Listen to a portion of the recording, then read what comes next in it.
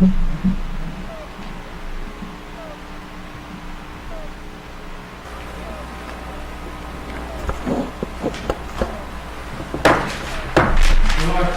right, thank you. Good evening, it's March 4th. This is the special meeting of the Board of Directors for the Council Rock School District. Can we all rise and say the Pledge of Allegiance?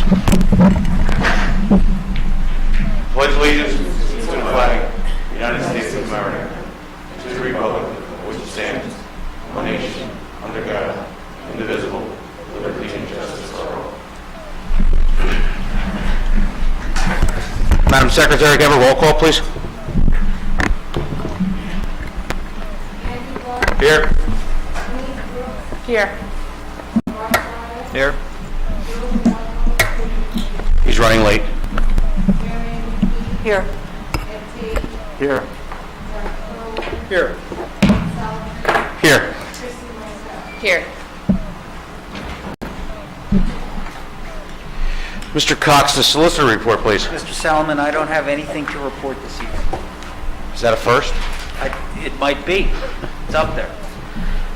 Mr. Frederickson, public comment. We have none. All right, now we're going to move to the items of approval. Letter A, I'm going to ask Mrs. McKee. I move to approve the 5-day week elementary start at the Point of beginning order, of please. the fourth Point of order, marking Mr. period. Byler. Yeah. I'd like to introduce a motion about this topic. There Can was you speak up, Mark? I'm sorry. Are the microphones down? We're in the middle of a motion. Are we allowed to be doing this right now? May I complete my motion? Mr. Cox. Well, yeah, why don't we have Ms. McKee? Well, my conversation is about the motion because there was conversation at 2 meetings, including a board meeting that we put together just for this discussion. We moved the board meeting up. And there were different dates discussed, and now we have a motion on the agenda for just one date, and I think several of us expected this to have 2 different dates. So I'd just like to make a motion that we allow all children back. Mr. Bylick, I would like to just reference the meeting from last week. I wasn't here, but I did watch it, and at the end of the meeting, I believe Mr. Salomon did talk about the consensus for the motion that's on the agenda. Well, why don't we, I have a suggestion. Why don't we allow Ms. McKee to finish her motion? Let's see if there's a second. Mr. Bylick, if you have a competing motion, the chair can entertain a motion to table from you and see if that has a second. We can have discussion, and then we can have a vote on the motion to table if that's your preference. That's the way I suggest we handle it. So let me ask a question. So if we have a motion and that passes for the beginning of the first market period as it's on the agenda, and then we have another motion that passes for an earlier date, which motion would carry? Well, my suggestion in that case is if a board member wants to make a motion from the floor to have an in-person option prior to an earlier motion that the board approves, that motion just be clear that it would be that earlier date that would prevail. Okay, very good. All right. And before I resume my motion, just as a point of parliamentary procedure, if there is a motion to table, that motion is not debatable, correct? Well, in the past, it has been. And so my suggestion would be that this board stay with what it's done in the past. And and I think, Ms. McKee, you're technically correct. But there have been times in this reopening debate where a motion that was on the agenda was then succeeded by a motion to table. And some members of the board may feel that they prevailed as a result of that approach. Some members may feel that they did not. I would think that tonight we would stick with that approach. So my advice is you should start your motion again. Let's see if there's a second, and then let's go from there and use the approach that this board has used in the reopening debate heretofore. And then going forward, we can have a conversation about whether the board is, sort of using motions to table as a way to cut off debate, and we can tweak that approach at some point subsequent to tonight. But because in this reopening conversation, that's the way we've handled it, I suggest that we continue to do that tonight. Thank you. So why don't we go back to your motion, let's read it from the top, let's have a second, and then let's go from there. Mrs. McKee, let me just, Mr. Odago, let the record show he is in the room as we speak. Mrs. McKee, please. I move to approve the 5-day week elementary start at the beginning of the fourth marking period week of April 6, 2021. Second. Mr. Tate with the second, I believe, Mrs. Brooks. Okay, we have any comments? I have a question. Please. Mrs. Brooks.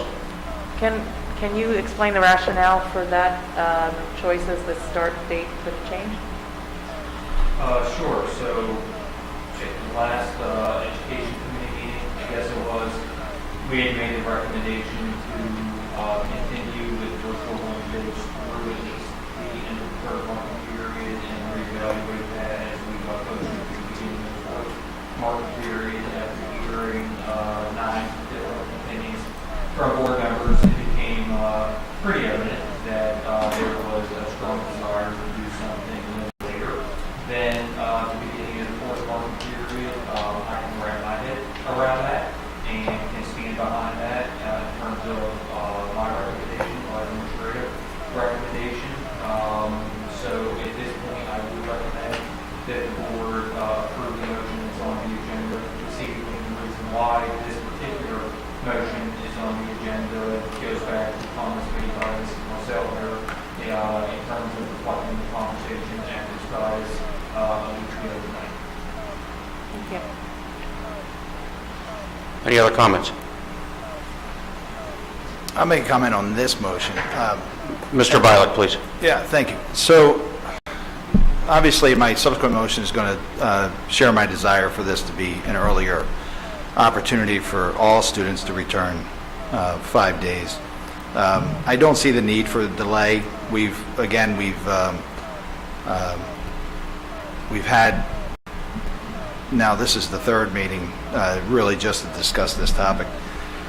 The superintendent has said that he needs about 2 weeks to get this in order. We have time for those 2 weeks. Some people have said, you know, what difference does a few weeks makes, and it is significant difference to the children and certainly the families. So I'm just not sure why we're delaying, but I'll bring that up in my next motion. I won't be supporting this motion solely because I want it to happen sooner for the kids and the families.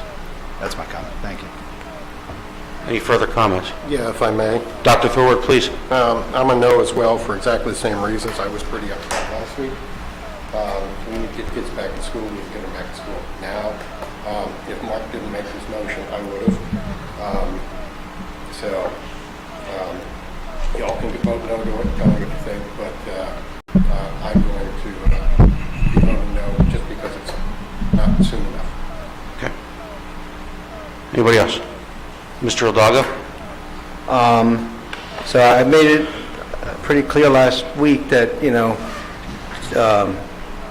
I appreciate where you guys are coming from, and I could vote either way on this because I do understand where you guys are coming from, and I also understand that the teachers that emailed us have been pretty sincere about what their needs are, and when I look at the end game come fourth marking period, we are going to successfully have all the students back in school 5 days a week. And I think we should all be really proud of that, the ones who worked hard from the beginning to make that happen.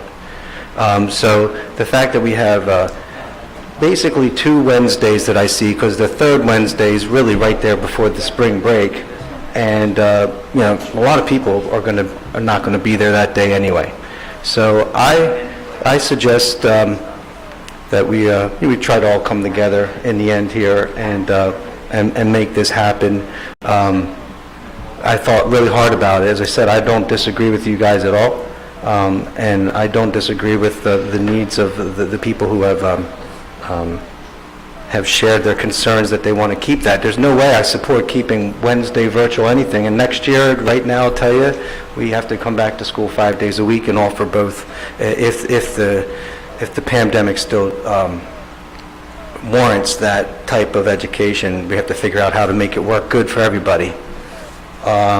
So, as I said, I could vote either way, but I think from what I'm getting, my gut instincts is we're going to end up passing this motion, and we're going to talk and entertain yours. Maybe I can vote for both. you know, right? But either way, I just want to say that, to me, I'm happy we're going back 5 days a week, and I wish it would have happened a lot sooner.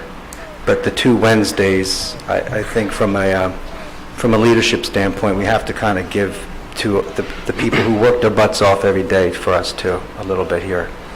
And can I mention again, do you want to give the teachers the opportunity to call the Wednesday themselves? It's a logistical nightmare, but I'll put it out there again. Thank you. Yeah. I appreciate that, and I know they appreciate that. I'm a pretty affirmative note on that. Yeah, I know. It gets a little hairy, quite dicey, quite quickly. So I'd rather not be on me, put it on the teachers if they want to continue to do that. I say allow everybody the options they need. So I guess I'll support this one. Any other comments? I'll make a final comment. I said it last week, I won't stand in the way of a vote to put the kids back 5 days. So I will vote for this, and I'll be happy to vote for Mr. Bialik's motion as well, whatever it takes to get the kids back at this point. It's important to me that they go back. So at this point, we're going to take a roll call on this motion, and then Mr. Bialik, I'll entertain your motion, please. Madam Secretary, we're going to take a roll call on the motion Mrs. McKee just read. Please. Yes. No. Yes. No. Yes. Yes. Yes. Yes. Yes. Motion carries 7-2. Mr. Bialik, please. Floor is yours. I appreciate that, thank you.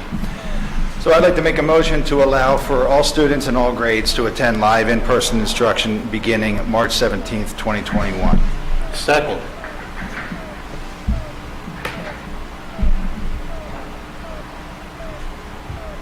Give me 1 minute. 1 minute, please.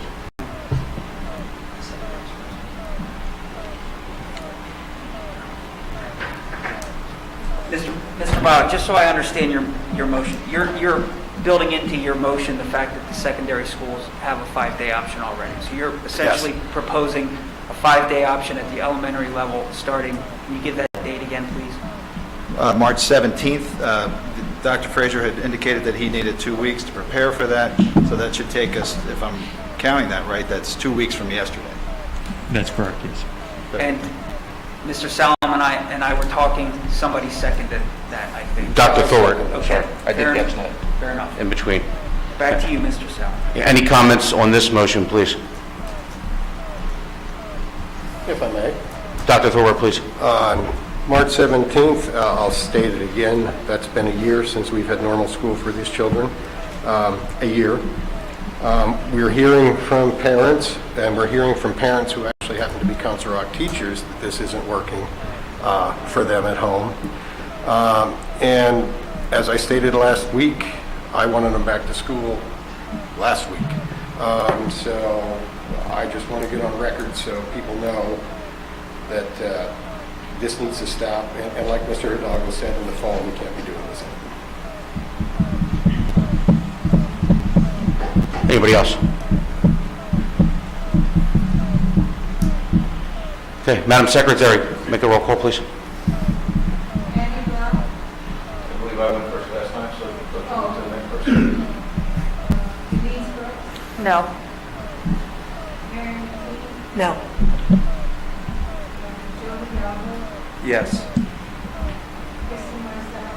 No. Yes. No. Yes. No. Yes. I lost track, I apologize. Caught up. Five no votes, 4 yes votes, so Very good. that motion did not carry. Thank you, Mr. Cox. I'll just say I appreciate the opportunity to have the discussion and entertain that motion. You're welcome. Dr. Frazier, please. Yeah, I'm sorry, I just want to comment real quickly. I think you before said, we- can move barely hear you, I'm off of sorry. that a couple comments have been made regarding next year, regarding the fall, and certainly our kids and our parents are interested in that. I am in total agreement. So we will end this year K to 12 in 5 days a week with that option, and I see no reason, unless something drastically changes, I see no reason why that would not be the case. To begin next school year and for that to be the case through the entirety of next school year. So that's the planning that we're doing and expecting for the fall. Thank you. Getting some text that they can't hear you at home, so please tune back into YouTube and we'll rewatch what Dr. Fraser just said, if you would, or anybody not hearing well. Mr. Salmon? Sir, yeah, Mr. Block, please. Thanks for that, Dr. Frazier. That's great to hear. And I also just want to make sure we make the comment, we understand the value of the virtual Wednesdays to the staff, and we understand the struggles that they have teaching to the screen in the classroom, and we understand the struggles that the kids at home have as well. And, you know, I'm sure my peers and I want to work hard to support you and the team in finding solutions to that challenge. So if we do still have kids that are virtual, and hopefully everybody's got the confidence to come back sooner rather than later, maybe this year, but certainly in the fall. But if that's not the case, that we're able to address things differently than we did this year. Yes, sir. Thank you. Dr. Fraser, would you mind adding next marking period sign-ups, stuff like that? It's coming up quickly. Yes, it is coming up quickly, and I'm going to look behind me to Dr. Sanko. I want to say the dates are March 13th to 16th to register for the fourth marking period. Is that correct? 11th through 16th. March 11th through to 16th. That's March 11th through the 16th to sign up for the fourth marking period. Yeah, and parents will get that in communications tomorrow in our district-wide weekly newsletter, as well as from each principal. And we'll just handle that the same way we have the past couple marking periods. A simple email to the principal will suffice. And then the 16th until we get back from spring break this year. That gives us a couple weeks to make whatever changes we need to make with furniture, cafeteria setup, et cetera, to be all set for the fourth marking period. Great. Thank you, sir. Thank you. Mrs. Brooks, can I ask you to read letter B, if you would, please, the motion? I move to approve the health and safety plan changes as attached to this agenda. Second. Mrs. Marcel, so it's the second. Dr. Lambert? Basically, we have two changes reflected in the current plan before you. One is referenced on pages 24, 30, and 32, relates to the requirement for quarantining for a person who has gone through the vaccination process, that the quarantining is no longer required for the first 3 months after the vaccination process. And secondly, reflected on pages 26 and 27, we had language related to the governor's order on travel, as the order for mitigation related to travel no longer is effective as of March 1st. That has been deleted from the plan. Thank you, Dr. Lambert, thank you. Any other comments for the board? Yeah, I have one. Dr. Thorpe, please. The Bucks County Department of Health just recently issued a letter indicating that masks are no longer to be worn or no longer need to be worn for sporting events. Is that in there? And if not, when will it, or why won't it? Dr. Lambert, you want to speak to that piece? We've had ample discussion on that topic, not just within the district, but throughout the Suburban One League over the past few days. So that language related to masking for sports would be in the athletic health and safety plan. We did not bring that forward for change at this point. And that is still somewhat of a fluid process right now, but the Suburban One League has been having meetings this week to determine where we would go in that. The issue is, for us, is not so much whether we're following the Bucks County guidance or the governor's order, or how you interpret the governor's order, but our goal is to have our students have as many opportunities to compete as possible. All of the, half of the schools in the Suburban One League are in Montgomery County, so they're still requiring masks. And it appears to me that, based on what is being said, no final decisions made, half the districts in Bucks County are also going to continue to require masks. So there would be the possible consequence that if we did not require masks, we would lose the opportunity to participate against those schools. So as it stands now, Our plan is to continue to have the masks exempted, but as I said, that's still among discussion within the league. So what you're saying is, for the other half of the Suburban One or Bucks County leagues, we won't play them because they're not wearing masks too, is it? What I'm saying is that, and Andy help me out here, but during the winter season, there was, if schools were not requiring masks, some schools would not allow them to compete against them. So we want to avoid that happening. But that's not what my question was. My question was, you're saying you want Council Rock students to wear masks. I get that. I think that's what you're saying. Yeah, And if, say, I'm going to pick on some school I don't know, and if Chamonix decides not to wear masks, we won't play them. I mean, or are we going to be kind of willy-nilly with this? I think Dr. Thorwart invert that. If we don't have masks on, other schools won't play us. And many of the schools in the Suburban One League at this point have decided they are going to maintain mask wearing for competition. So we would ultimately compromise the contest that our kids would be able to participate in if we did not have masks on and we were playing another school in a sport. And I understand that completely. So you get to a school and they're not wearing masks. What do? Do we take them off and we play then, or do we compete in masks against another? Does it go both ways, I guess, is where I'm So right now, we're competing against schools that have masks and wear masks. And if they don't, we don't. Okay. Yeah. And my last comment is, it only takes one or two big schools to take them off and the rest will follow. But you all can recommend whatever you want there. But a couple of schools saying we're not wearing masks and Suburban One either falls apart or everyone follows suit. Just say it. Yeah, Dr. Thorwart, I think you're spot on about that. And to answer your first question, I mean, the most fundamental question is we are okay with our spring athletes not wearing masks. From a health and safety standpoint, they're outside. Our fall athletes didn't wear masks when they competed, and we didn't have any issues on the playing fields. So we have that same comfort level going into the spring. And our athletic directors yesterday or 2 days ago were asked to complete a survey, and that's how we completed the survey. And then there was a follow-up meeting, days are running together, either today or yesterday. And that's where it came out that, hey, if we do this, like if our kids aren't wearing masks, we're literally going to be extremely, extremely limited in terms of the opponents that we will be able to play. That said, to get to, hey, will anyone change their mind or a domino start to fall? On our countywide call that we had this afternoon, like we do every Thursday afternoon, there was a conversation amongst a subgroup of superintendents, including myself, where we all agreed that, go back to our teams and take another look at this. So, I don't think we're putting an exclamation mark at the end of this. So this is where we're at as of this evening, but the possibility exists if we can make sure that our kids will have enough competing teams to play and have an actual legitimate season. Then, from a health and safety standpoint, we are very open-minded to that. It's outdoors. It's, we've seen this happening all across the country at all levels of sport without issue. So hopefully we would love to see other schools follow suit, and, perhaps we will ultimately have some influence in that donut. I don't recall seeing any teams playing sports on TV, so pros aren't doing that either. So, okay, I'll leave it go. Can I follow up on? Sure, Dr. Mr. Thorwart? Violet, please. Thank you.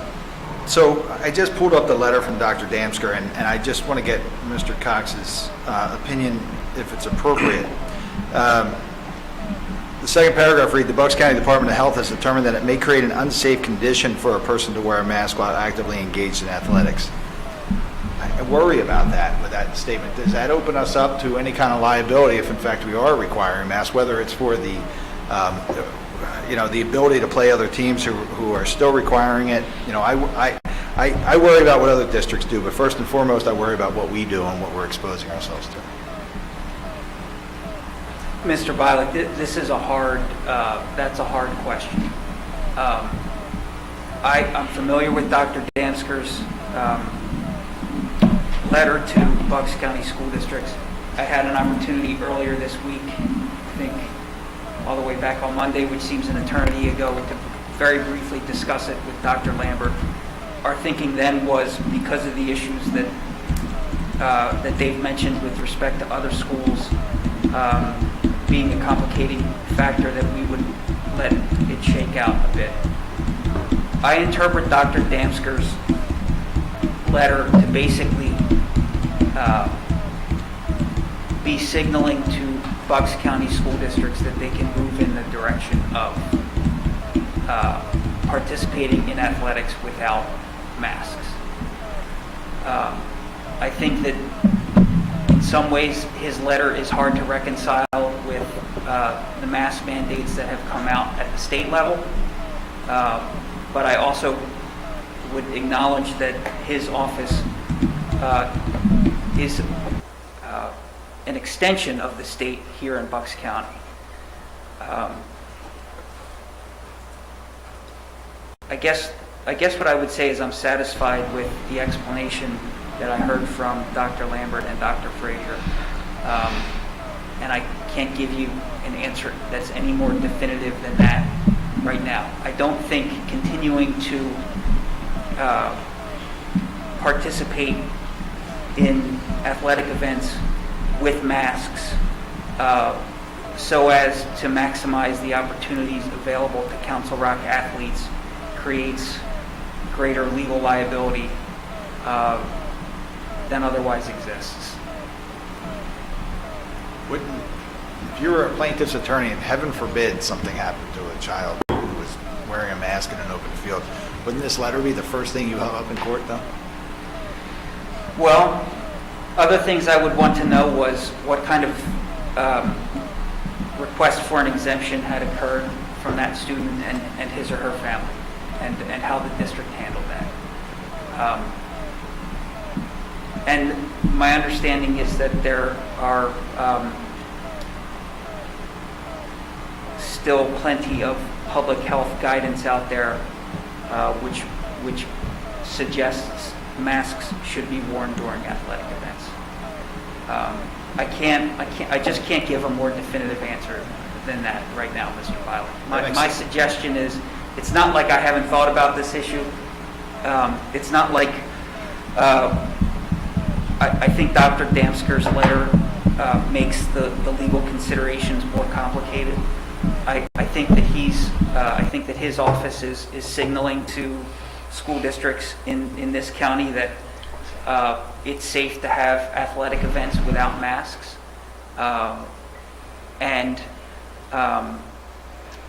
I'd like to see how the conversation shakes out amongst the league and participating school districts in the next couple of weeks leading up to the outdoor season, where I think everyone in the room thinks it's probably safer to participate without masks. So just a thought, if I may, maybe it helps alleviate some of those issues if we allow it up to the individual athlete. I don't know if we can do that, but perhaps that helps. Just a thought. We don't have to come to a conclusion tonight, but just a concern of mine in reading this letter. Okay. Thank you. I have a question, Mr. Paul. I mean, this is really no different. I mean, I'm on the CDC website. The CDC is still recommending masks for sports. So this is essentially not any different than any of the other issues that we faced in discussing the reopening or the health and safety plan, where Dr. Damsker's guidance or information was in conflict with another entity. So I think that's true to an extent, Ms. Brooks. I'm not looking at the letter now. I just haven't had the chance to pull it up since this conversation started, because I've been doing a lot of talking. But I interpreted Dr. Damsker in the past. I had read the guidance that came out of the Bucks County Department of Health as sort of saying, we acknowledge that the most conservative, safest approach for masking and social distancing within a building because that was the main those were the main topics on which there was space between what the local authorities and the state authorities were recommending. I interpreted in that instance the Bucks County Department of Health to be saying, we acknowledge that those are the more conservative approaches, but we think a more relaxed approach, for lack of a better word, is reasonable. The more recent letter with respect to athletics, I thought, was more affirmative in the sense that his office was saying, we think there might actually be some greater downside risk to the more conservative approach. And so I think it's a bit harder to resolve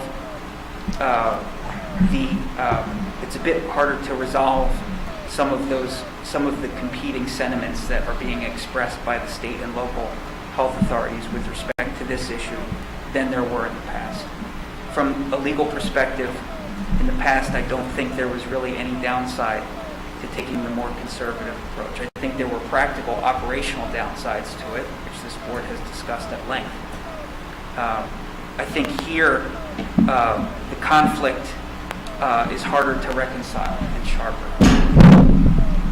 That's the best. Thanks for the explanation. I appreciate it. That's the best I can say tonight, Ms. Brooks. I think Dr. Damsker's letter is more difficult to resolve with respect to the competing state guidance than it has been in prior iterations of this sort of issue during this reopening debate. Understood. Thank you very much. Anybody else? Mr. Odago, please. Thank you, Mr. Solomon. Dr. Frazier, when you guys had the conversations with the other members of the Suburban One League, I'm wondering if there's a way for us to determine where the other school districts stand and will stand before. I think it's very important that we get a consensus or an idea of where we're going, because I would say from a school standpoint, maybe there's a way for us to oblige the home team or however, whatever. We kind of work out something to make the games happen. But I do think that I personally think that those masks should be optional when it comes to spring sports because of the letter that we got from Dr. Damsker, which shows some of this health issues that we have on both sides. But I don't want to take away somebody's option to wear a mask and feel comfortable about it, because hopefully it's protecting them and not others. But I have to tell you, for somebody that does a lot of, trying to work on endurance training, once you start sweating and this mask, like to say riding a bike for 2 hours, right? Once you start sweating and that water starts to get on that mask, it's almost like a form of waterboarding, and you have to keep your mouth. Oh, you got to take that mask off. And I saw people struggling with that when I go to visit the basketball games at high school, because my daughter cheers. So I strongly agree that we have to allow the spring sports to have optional masks at this point, and we have the okay from the director, who I would say also why I don't vote for any of the health and safety plans, because I think we need to align almost word for word with the Bucks County Department of Health, because I would ask you all to look at the track record of what the schools who have followed the county's recommendations and how they've panned out. Because if we keep going down the road of being overcautious, it's going to continue to exacerbate the problems that we have in education. It's tying one hand behind our back when we're trying to help the children. And so that's really, that second comment's more along the lines of saying why I'll be a no vote for the amendment to the until we can get a little more alignment with the Bucks County Department of Health. And I'll just reiterate one thing in the very beginning. When he sent out that letter in June, I think it was, or July, coming up with the guidelines of how we could put the kids on the buses and how we could, have a modified quarantining, I thought, oh my God, we can actually get back to school and make this work. And the kids are actually going to have an education and are not going to be all virtual like we were, from March on at the end of the school year. So I'm happy and proud of the road that we've all done. We all disagree on how to get there, but we're coming back. We're coming back strong. I'm very hopeful. And all I want to say is that I think we're heading in the right direction. Let's keep trying to do the things, listen to the local experts that are, and look at the history, how we've panned out. I'll be the first to do a 360 if I see that there's problems with this. So, thank you. Mr. Hidalgo, if I may, I think you asked a question about number of schools with regard to masks. In the Suburban 1 League, 24 districts, 5 of those 24 are participating at this point without masks. In all of Montgomery County, which is also some of Montgomery County, part of the Suburban 1 League, they do have a mask order. So just in Bucks County, it's 5 of 24 who are saying no masks at this point, as of that Suburban 1 League meeting that Dr. Frazier referenced. I would just suggest every voting board member in the other school districts to dampen up their mask a little bit and try to walk down the street for a little bit and see how it feels. Dr. Senko, if I could, are we going to be continually updated if that number starts moving in the other direction? We'd have to call, I guess, a special board meeting to approve the health and safety plan for any changes possibly. Yes, we will keep the board fully sure you will. updated. And, as really has been the case since the beginning of the school year, the state has allowed us to make and implement changes respective to the health and safety plan, and then get formal board approval at the next regularly scheduled business meeting. Good. This is a very fluid thing, and you know that I'm involved in softball, and we've been talking about this since it came out. So, Great. And to Mark, the one question I only have about Dr. Damsker's letter is, what is the definition of an athlete? Because I had a parent reach out today and say, what about the kid at recess who's a sweaty kid that gets sweaty in a matter of minutes in May? Is that considered an athlete, or is that a kid that's playing box ball at recess? So it's an interesting conversation to continue to have, I'm sure. Anybody else? You have something, Mr. Bell? One follow, just in response to the other districts coming on board and the other school board directors, this is an official release from a government agency, and I would think that they choose their words very carefully. And for them to say may create an unsafe condition is concerning. So I'm hopeful that other districts have this concern and aren't cavalier about it, which I don't think they will. But that was startling to me when I read it, and I am not disparaging Dr. Damsker at all. I think everybody knows that I agree with his method. Dr. Frazier has done a good job with modified quarantine when necessary or when appropriate. So we know that works, and it's worked in other areas. But that unsafe, we would never do anything to put a child knowingly in an unsafe condition. So that concerns me. Thank you. Mr. Cox? Yeah, I just wanted to mention one thing, and it just sort of is a reiteration of what I mentioned earlier. I'm looking at the Pennsylvania Department of Health's mandate with respect to masks in athletic and sports activities, and I just had an opportunity to look at Dr. Damsker's letter again, and it's just very hard to reconcile those two mandates.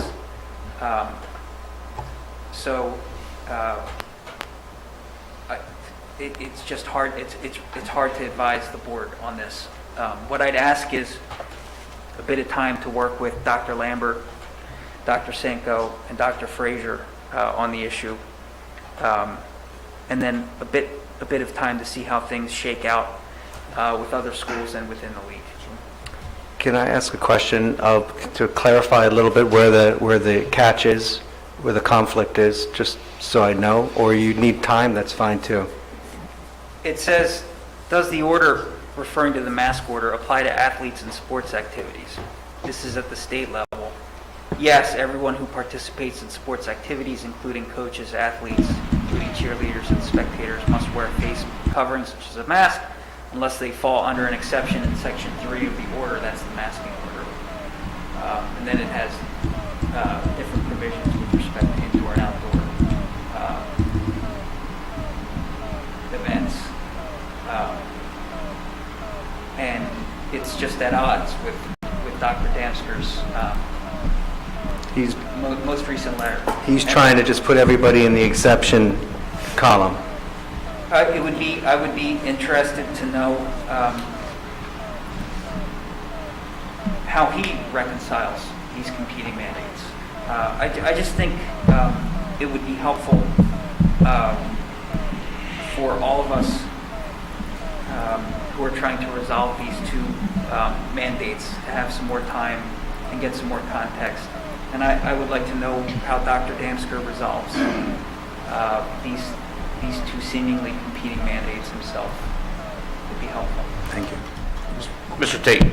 Thank you, Mr. Cox. Also, I think there's a good possibility the state could amend its directives in the interim, in the near future. Sure. We can keep an eye on that as well. Anybody else? Yeah, just... Dr. Thorwart, please. I'll pigtail off to what Mr. Tate said. It gets back to my question of all it takes is a few people to say no, and I've been saying that for quite some time, and the state will come along. Again, let's keep talking about this because the whole safety thing, I didn't get into it at first. I just wanted to know if we included it, and I'm glad you brought it up. Thanks. Okay. Anybody else? Madam Secretary, roll call, please, for this.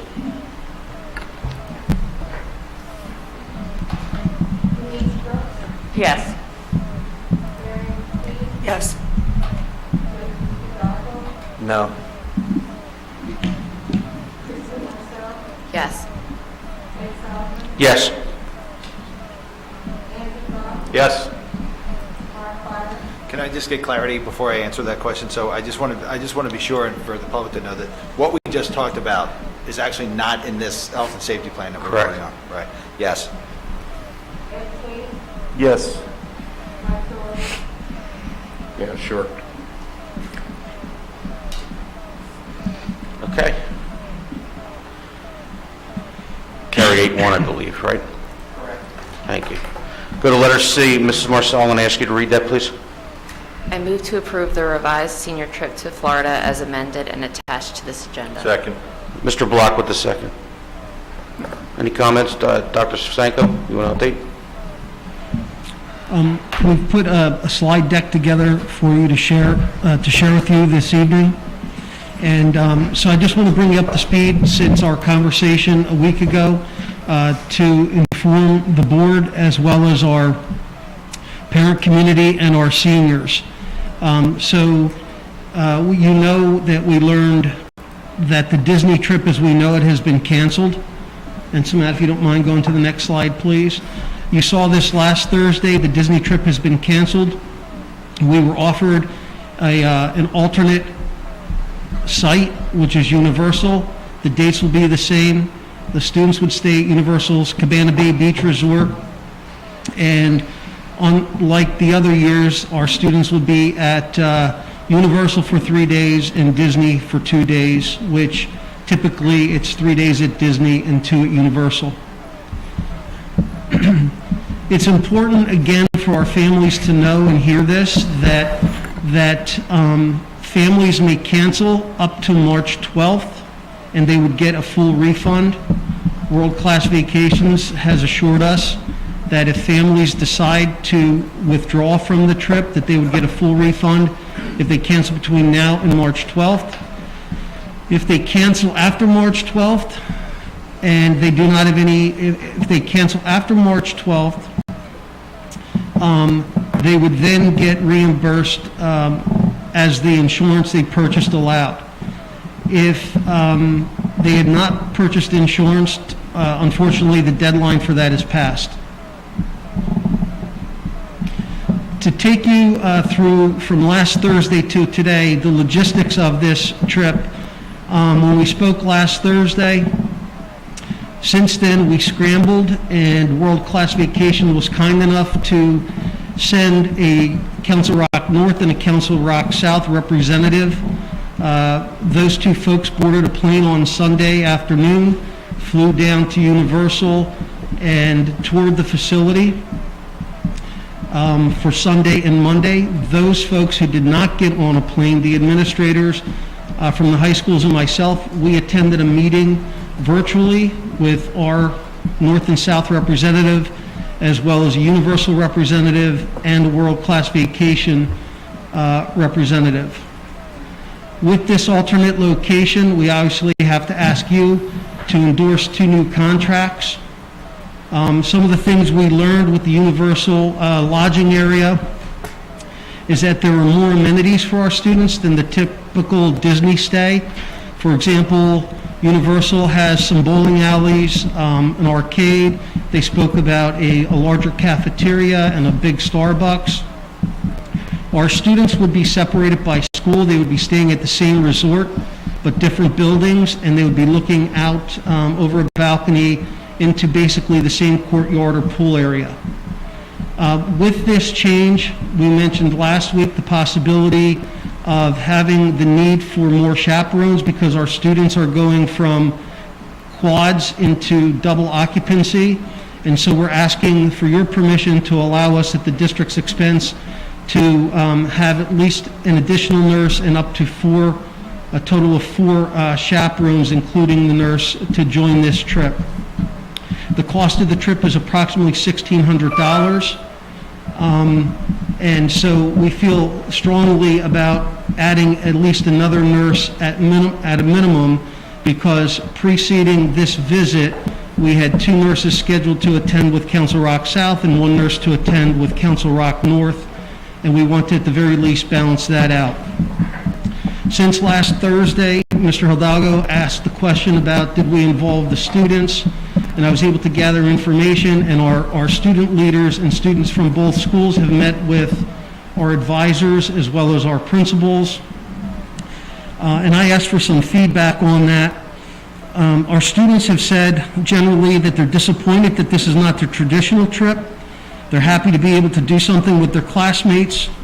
They're grateful for the work of the advisors, principals, and world-class vacations. They appreciate all the planning. And I echo those sentiments of our students, and I think Ava, the senior from Council Rock North, she's the secretary of the class. Ava said it best when she said in an email that students unequivocally want this trip to happen. So, again, they're disappointed it's not the typical trip, but thrilled at the opportunity to have their parents make the choice to allow them to attend this trip or not. We do feel important to share with you the health and safety protocols, and this is important for parents to know. Please know that the 2 high schools will be prepared to disseminate information tomorrow afternoon with regard to the trip. Much of what I'm going to share with you, or some of what I'm going to share with you now in these next couple slides, will also be included in those communications with our families of seniors. So students and staff will have multiple temperature screenings from the time they get to the high school. So on the morning of May 25th, when they arrive at North or South, they will have a temperature screening before boarding the bus.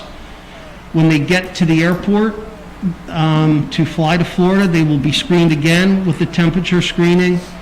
And then each morning, as they go into the cafeteria at Cabana Bay Resort, they will have a temperature screening. And when they go to Disney, they will have to follow that same protocol with the temperature screening. So our students will be having their temperature taken quite a bit from the time they depart Council Rock North or South, and then all the way through the trip. Dr. Senko, if I may on that one? Yes. Could you just add a little color to these temperature screenings and tell me which ones are required by the park, which ones are required by the state, and which ones are we just throwing in because we're throwing in? Yep. So on that list, on those bullet points, we have made the decision to temperature screen our students who are getting on the bus at the school. The airport is telling us before that our kids get on a flight that they are going to be screened for temperature. Cabana Bay, their protocol is actually a temperature screening, but they will screen you 3 times. So, and I'll talk about that here in a minute on the next slide, but let me finish that thought. The Cabana Bay has a practice where when you get your temperature taken, If you are 100.4 degrees or higher, you will take a rest or wait for 10 or 15 minutes. They'll screen you a second time. If you don't hit a number that's lower than 100.4 degrees, you will get another 10 or 15 minute rest, and they will use a thermometer rather than the scanner that they just put on your forehead. Disney parks, it is their protocol for the same practice, the 3 screenings with the temperature, with the thermometer, excuse me. So the only one that Council Rock that we have talked about and that we're implementing that is outside the normal protocols of the other organizations would be the students prior to them getting on the bus the morning of the 25th. Okay, thanks. Sure. So much of this slide I just explained in that question, but a consistent temperature of 100.4 or above will result in somebody that would be prevented from going into a park or attending the trip or boarding the plane. And again, that's not their protocols with Universal and Disney. Individuals would not be able to board a plane in Pennsylvania or New Jersey, and that could create a situation for a parent where we don't have a student, we have a student who is not able to board the plane.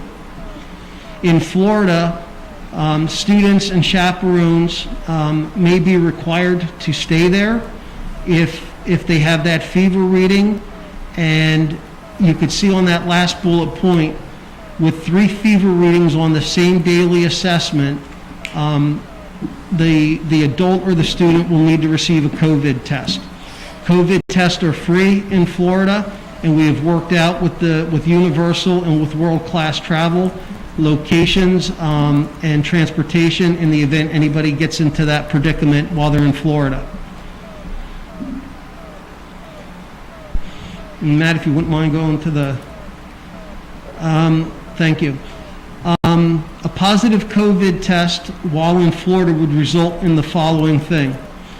Individuals required to quarantine, they would quarantine at Cabana Bay or possibly another hotel. When we started this journey with regard to Disney, we understood, and it was clear to us that if there was a need to quarantine anyone, they would stay right on the Disney property. When we met earlier in the week, I told you we had that meeting, we had 2 representatives there. They had told us at that point that anyone who would quarantine would have to quarantine in another location, and they couldn't identify that location at the time of the meeting. However, through the good work of our administrators at the high school and the good work of World Class Vacations, Cabana Bay has said that anyone who quarantines will quarantine right in the Cabana Bay Resort, so our students would still be in that resort.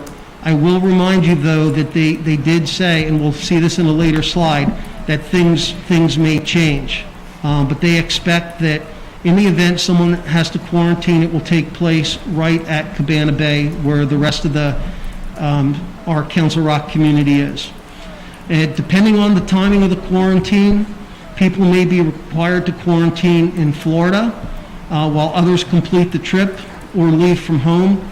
And in this case, if this event happens, then of course we would have chaperones remain in Florida with people who are quarantined.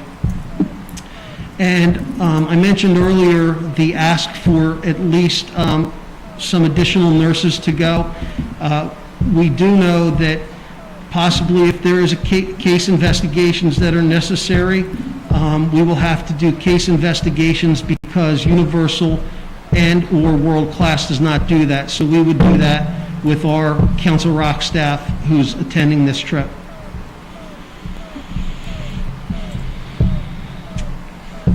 There are factors with all the planning, and I do want to compliment our students, particularly for their patience and their agility. I want to compliment our advisors and, of course, the administrators who've tirelessly worked on this, as well as Universal, Disney, and, of course, World Class Vacations. But even with all the planning and all the flexibility and all the problem solving that a host of people have put into this, I just want to be clear that there are factors that are outside of our control as a district. And no matter how much planning that we do, there are some factors that we still can't control for. So we cannot control if and who and when someone may get COVID and if someone has to be quarantined. We can't control if there's a change in the virus or the course of the virus. We know that travel restrictions have been lifted in Pennsylvania. We know that there aren't any in Florida, but again, we don't know if that might change. And we don't know that if quarantine requirements may change here or in Florida. And finally, I mentioned this a bit earlier, Cabana Bay Resort, if someone was to be quarantined, our students would stay there.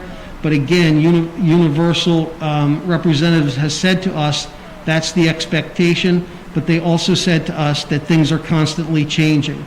Cabana Bay is operating at a 60% capacity, which means they have extra rooms at this point. So we don't know if they're going to, sometime between now and the time we go on the trip, will be functioning at 100% capacity. So I just want to say that I think it's a fair statement on behalf of all the administrators to expect the unexpected, and we will continue to follow this and track it and plan accordingly. Are there any questions? Yeah, any comments from the board? None? Oh, Mr. Tate. Yeah, I didn't recognize you, sorry. Mr. Senko, Dr. Senko, thank you very much. There's a lot of hard work happened in a very short period to make this happen. And, you know, we got a lot of feedback from students and parents who really wanted to see this trip happen, and I think we did as well. I have one question. There was the issue of a lot of free time since there's less time in the park, and you mentioned bowling alleys and arcades and so forth. I think in prior years when the seniors were at Disney, they spent a lot of time poolside, which meant during their free time, which was not an extra expense. Are bowling alleys and arcades, are we talking about an added expense for these kids that's substantial or not a real concern? Good question, Mr. Tate. I don't know that there is a huge cost incurred, but I don't know if there's an added expense. So by example, I mentioned the Starbucks. They have a pretty big Starbucks cafe kind of place. I would expect that our students will have to spend money to participate in Starbucks. But the hotels, the way I understand it and the way that I saw it virtually, basically they're set up in a V, and one high school's in one building, one high school's in the other building. The pool and all the activities are out in front of them. So I don't expect there would be a large cost incurred by our students, if any at all. Oh, so poolside is still an option? Poolside is still an option, absolutely. Yeah, great. I'm glad you all answered so many of these questions. It looks like a good plan. Yeah, and I said it last week, if anybody could pull it off, it's World Class Vacations, and I'm not here to plug them, but they are very, very good at what they do. And as a father of a senior from last year, it's great to hear that our seniors this year have the opportunity to take part in this trip and do it safely and effectively, enjoy the rest of their senior year, and look forward to it. Yeah, good stuff. Congratulations and hard work from the Council Rock team that reluctantly went to Florida to check everything out. So, good stuff. Anybody else comments? Mr. Ballard, please. Yeah, I'll just say, I think, I'll, repeat everything that Mr. Tate and Mr. Solomon, the two Eds, just said. Great work, and it's so important for these kids to be able to have that break and get away, even if it's just sitting by the pool. That sounds pretty wonderful. I'll go as a chaperone. We may sign you up as a chaperone. Yeah, I'll pay my own way, though. Yeah, and I think it's a requirement of our that we should give you all the support you need.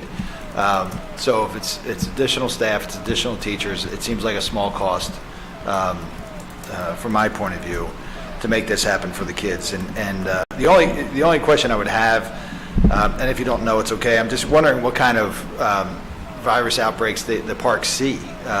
what kind of reporting they have. I haven't looked at Universal or Disney, but do they have a dashboard? It's, what's that look like?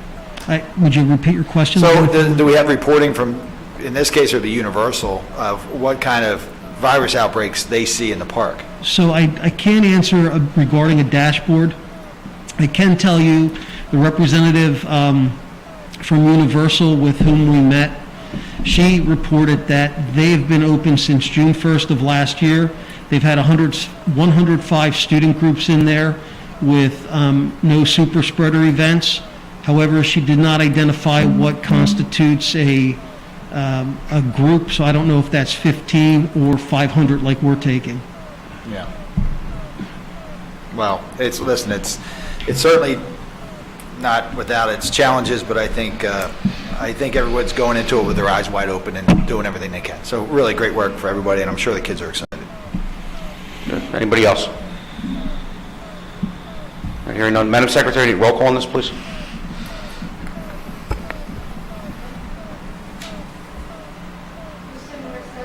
Yes.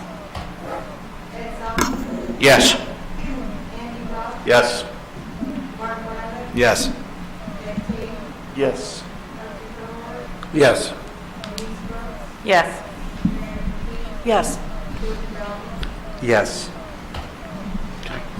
Carried 9-0. Congratulations, class of 2021. If you're going, enjoy yourselves. They're very happy right now. So are the parents. Get them out. Letter D, I'm going to ask Mr. Block, would you mind reading the motion, please? Certainly. I move to approve the resolution for statewide charter school funding reform. Second. Mr. Bialik, second. Any comments from the board? I have some new business when we're done. Okay. I have a brief comment on this. Sure. So Mr. Braddock, please. we received at least one email or maybe more about school choice and funding, and I'm certainly one for school choice, as most people know.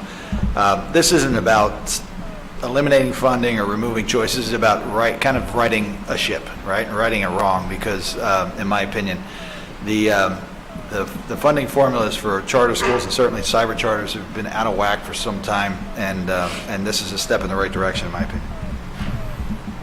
Thank you, Mr. Bialik. Anybody else? Yeah, I'm going to follow up on Sure, that. Dr. Thor, please.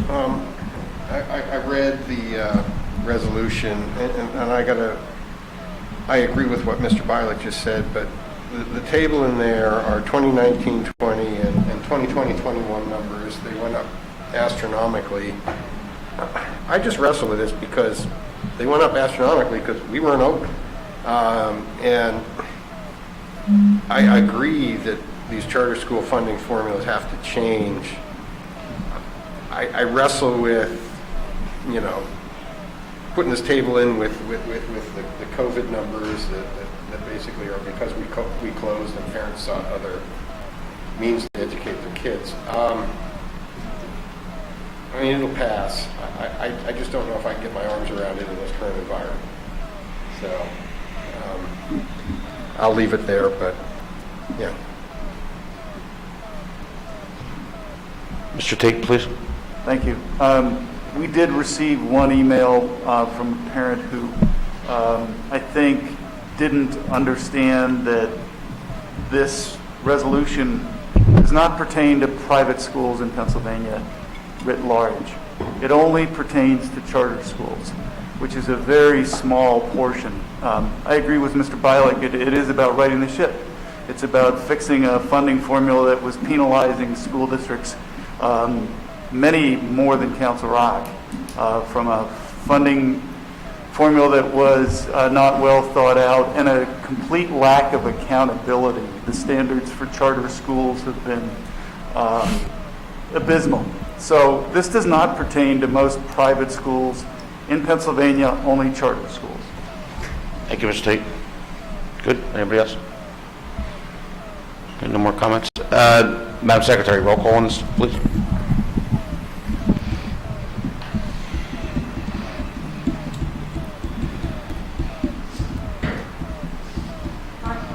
Yes. Yes. Yes. Yes. Yes. Yes. Yes. Yes. Yes. Passes 9-0. Mr. Dago, we're going to go to some old Some new business, business, old business, Sure. new business, something earlier. Probably shouldn't read my email when I'm at the board table, but anyway, I think I have to clarify one thing. I got a comment from somebody listening tonight about the comment I made about when you're exercising and your mask is wet, that it seems like waterboarding, but that's not to say that I'm comparing masks to waterboarding, and I didn't want that to be mischaracterized, and if I did, please don't take it that way.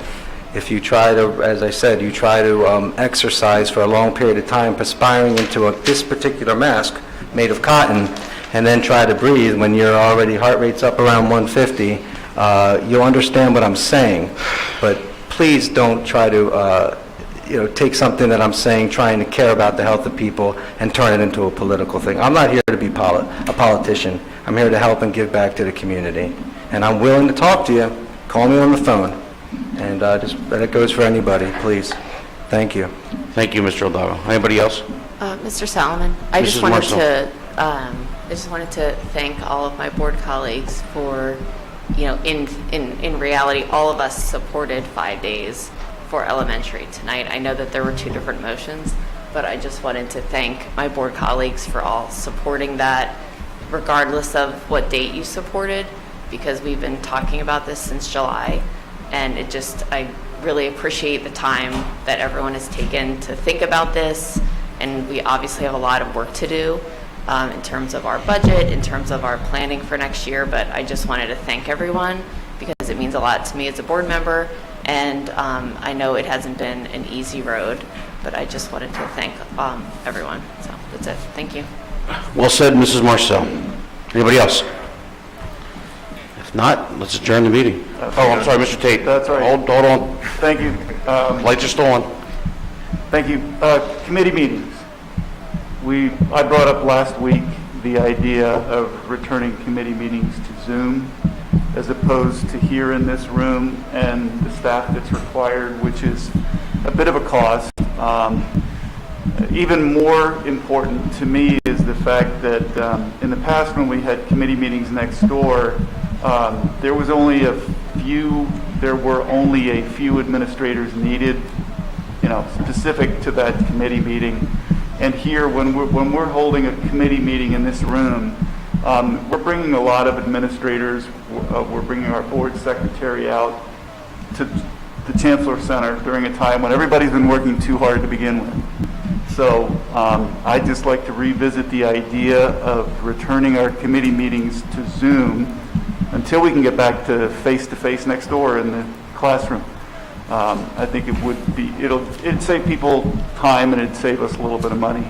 And the technology is very good. So that's my suggestion. I would absolutely support that.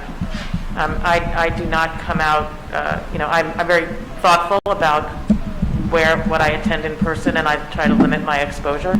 And so when it's necessary and helpful, like tonight, I'm here. But my preference would be to limit the number of times that people are coming here. And participating from home is very, very difficult for administrators, for us, because the technology, it's very difficult to hear. The delay between the online, and listening on the phone is very difficult, and Zoom provides a much more effective, and I think, our committee meetings are essentially work sessions.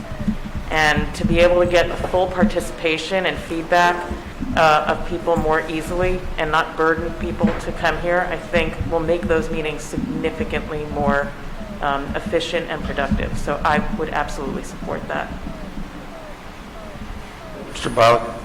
I think about public and the public ability to view these meetings, and while I think it's great that we're having public comment here, I do think that we get a much larger turnout from the public on the Zoom meetings. I agree with Ms. Brooks. This is the first meeting I've attended for some time, and it is extremely difficult to attend these meetings remotely outside of Zoom using the phone. It's almost to the point where it's a challenge to do your job on this board. in that capacity. So I would support that 100%. It's not as much the cost for me. There's, I'm always concerned about budget costs, but there's just this cost of doing business in this COVID environment. But I think with our budget meeting presentation last year, that we normally have about, on a good day, 2 people in the audience, right? How many did we have? 2,000. 2,000? And I don't think that's exaggerated. Maybe north of that. And so we've had a really, really great turnout. We can manage it. We had that unfortunate instance, that first Zoom meeting, but we manage it. We can, because of email, and as long as it's acceptable by our solicitor, we can hear the public comment via email. So I support that 100%. Anybody else? Yeah. Are the meetings recorded, Matt? If we go Zoom, I want to record it. Yes, they're recorded and then uploaded to YouTube. After that evening. Okay. We're unable to simulcast on YouTube at the same time, so they'd have to attend the Zoom meeting to see it. But after the meeting's done, I record automatically with Zoom. It takes about 30 minutes until I'm ready for me to upload. And I upload it to YouTube, it takes about 45 minutes, an hour. Oh, I'm not a fan, but I can lose this one graciously. I like to be here.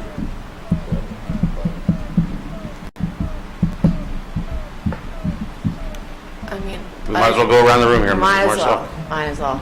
I most days have Zoom meetings for work and a lot of phone calls. So personally, I just worry about Zoom fatigue, just because there's a lot of that in our lives. And so I like being able to be meeting in person and, seeing people, but I also recognize that some other, so it's not about me, it's about us as collectively and what's best for the community. And so I don't know if there's a way to have like a hybrid of sorts. I know that we recently had an MBIT committee meeting where they were able to do a Zoom, so there were some people in person and there were some people on Zoom, and you actually could hear each other. Which normally wouldn't be the case. And so I don't know if we would be able to reach out to the folks at MBIT to see if they did something different. But it's like the boardroom where we normally meet is plugged into the Zoom meeting so that you can actually attend either way. And so I don't know if that's something we can look into or not. I'm happy to talk about this more, just to kind of see if the public has some feedback for us on maybe what they prefer. I know that when we are usually, most of the time when we're sitting in this room, someone from the public emails us and says that they can't hear us. And so I just think it's like a larger discussion about, how do we ensure that the public is able to hear us and, that we can all be participating in an efficient way. So that's just my thought. Yeah, I agree. I think the most important part of these meetings is that they're public and that they're transparent and that we get as many people participating as we can. Personally speaking, I like to be in the room, but I certainly respect folks who prefer to participate remotely. I think there's a lot of benefits. It's certainly easier. We don't have to bring staff in. We don't have to come in. The public can clearly hear better. And then turnout historically seems to be better. So I'm flexible on this one. I think at the end of the day, as long as we can do our business effectively, whatever the best vehicle to do that is. I'd also be curious to hear from the public because we have heard feedback on both sides. Some that they prefer it, and then some talking about the example that we set or the expectations that we have of everybody else. So, personally speaking, I can see great reasons to do both. Mrs. McKay, or you want to comment? Or Mr. Hidalgo? Just go around? Okay. So we're saying this is discussions for committee meetings being done. Committee meetings only. And then, okay. If we fix the sound, I prefer to be in person and also always have the ability for people to come in remotely. The only benefit I see to the Zoom meetings is how technically clean it is, you know. And I prefer myself personally to be here in a group and allow the public to come in and do it this way. Got this nice facility to utilize. But can't to say that we can't just, you know, call them every other one. I really don't, you know, see how it goes. So maybe along the lines of Andy Block, Mr. Block, I prefer to be here, to be honest with you. I think that's where I'm at. Thank you. You want me to go first, or you want to go? Yeah, I'm happy either way, so please go ahead. Yeah, I kind of feel the same way. It's never a burden for me to come here, especially when we're making decisions about putting kids back to school. But the technology end of it is the issue, and it's a sticking point to some degree, because how many times Mark and Denise, who don't attend, and Mike, it's hard for them to be in the room, if you will. So the argument is there, for a Zoom-type meeting. But, you know, the old school, I want to be here. So, yeah, I'm kind of torn. Mrs. McKay? No, as I said, I'm happy either way, whatever the will of the board is. I don't think we have a will of the board. You'll be the breaker. I have 3 yeses, I know that. Point of order. Yes. Simple one, and this may sound silly, but it's to Mr. Cox. I too suffer from Zoom fatigue, and when I heard Mrs. Marcel say that, the first thing out of my mind was, well, a couple of us could meet at my house, and then we'd be in person, and the rest of the board can Zoom from whenever. Is that legal? I guess is the truthful answer, Mr. Cox. I think in this context, as long as the public is able to attend the meeting one way or another, the location of the agency's members is not that important. So the main thing is that wherever the 9 of you are seated, whether a few of you are here or at someone's home, as long as the meeting is properly advertised and available for the public to view and participate in, you're good. I find myself at the end of the day roaming aimlessly with my headphones on while talking to people, and it's because I've been doing it for 8 or 9 hours. So that it sounds silly, Rob, but I think the question will become a little bit more complicated when gathering restrictions are lifted. Mm-hmm. And public bodies have decided that in a lot of ways it's actually more transparent to do it by Zoom, and whether this kind of model will be allowed to continue. But I think as long as there are restrictions on gathering sizes and the public health authorities are encouraging folks to not congregate, I think Zoom or its equivalent is an option. So, Mr. Tate, you brought it back up. Yeah, I think Mr. Bialik's point was excellent. The terrific turnout we had, or participation rather, online for the budget meeting last year. But Ms. Marcel's suggestion seems really logical to me. Those of us who would choose to be here would have to have a laptop in front of us and tapped into Zoom, logged into Zoom, as opposed to using the TV system, so we wouldn't need the TV crew and we could have fewer people.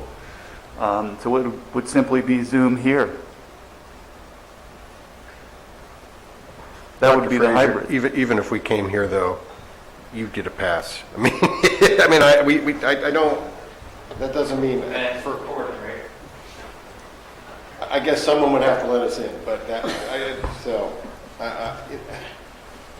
I don't mean everybody. I think we topped out at 200 people tonight on YouTube, Matt, somewhere around there. I have a question. Mr. Bialik, please. Sorry. Go ahead. Joe. Would that work? If it seems so simple that if you just have a laptop in front of you, you're sitting here. I mean, would that actually work, Matt? Well, geez, why didn't we do that a long time ago? I didn't think of it until Ms. Marcel brought it up. But so unbelievably simple. Because we can't broadcast it live. I would like to throw that, whatever that situation is there, right in the river. although it's not ecologically sound, I understand, so maybe someplace else, but, yeah, it's a bad situation we have with sound when you're calling in. Yeah, and I attended the MBIT meeting last month, and that's an interesting platform they use up there for their board meetings. But it's better than this, absolutely. Well, we have 2 weeks to figure it out. We're on the clock. Anything else? Any other comments? Oh, I would just say that another alternative is what we're doing in the schools, and this would just be treated like a classroom, like we do in the schools. All right. Okay, anybody else? Good? Around the room? All right, let's go. We're out of here.